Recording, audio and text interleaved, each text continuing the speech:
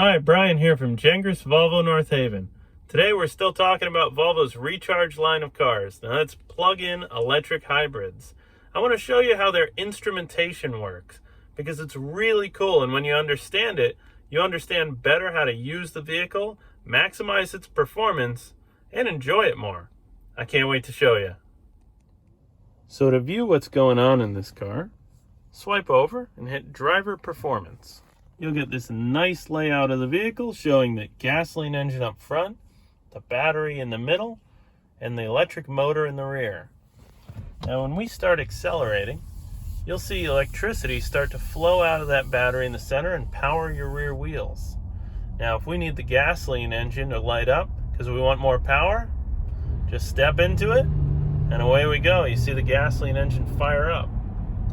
Now when I let off, I start recharging as soon as I'm on the brakes. Now we're putting electricity back into the battery and my engine has turned off, so I'm not using any gasoline. If you move over here, you'll see a power meter. That meter is showing a bar with electricity on the bottom side and gasoline on the top side.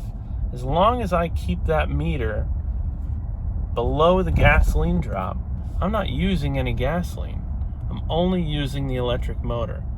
But as soon as I need more power, the gas engine fires right up without any delay. But as soon as I let off and hit the brakes, I'm instantly charging up the battery. Now you can see that anytime you're below the ready, you're charging the battery down here.